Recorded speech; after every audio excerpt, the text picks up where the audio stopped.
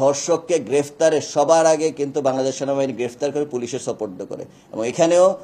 কথিত ধর্ষককে আমরা গ্রেফতার, এটা আইনের আওতায় আনা হবে। তো এই পুরো আইনি প্রক্রিয়া ফলো না করে ওরা সরাসরি চলে যাচ্ছে বিভিন্ন প্রকার প্রতিবাদ মিছিল সমাবেশ, যেটা পুরো খাগড়াছড়িকে তারা অচল করে দেওয়ার চেষ্টা করে এবং সেটা সাম্প্রদায়িক দিকে নিয়ে চলে যাচ্ছে। তো আমরা এই পুরো জিনিসটাতে বলতে চাই, তার পরবর্তীতে কিন্তু প্রশাসন এবং পুলিশের কিছু করার থাকে না। তো প্রশাসন এবং পুলিশ এখানে খুবই তড়িৎভাবে 144 দ্বারা জারি করে, এবং এই 144 দ্বারা পুলিশ এবং এপিবিএন একই সাথে বিজিবিকে কল করা হয়, এবং বিজিবি সেক্টর তাদেরকে নিয়ে এসে আমরা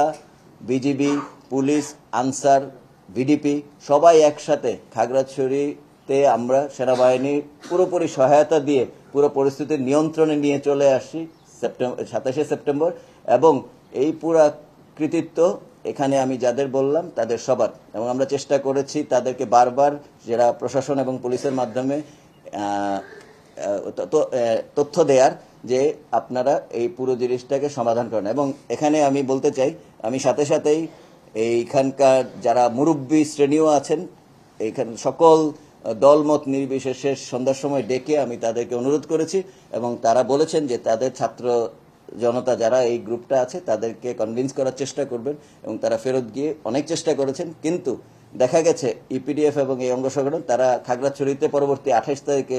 সফল হতে না পেরে তারা চলে গেল গুইমারাতে, এবং সেখানে গিয়ে একইভাবে এই পরিস্থিতির উদ্ভব করলো, এবং সেখানে অলরেডি ওই দিনই দেখা গেল যে 3 জন মারা গেল এবং আরো অনেক আহত হলো। এবং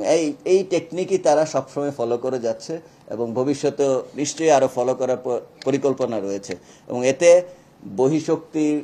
অথবা এখানকারই একটা মহল তাদেরকে পেছন থেকে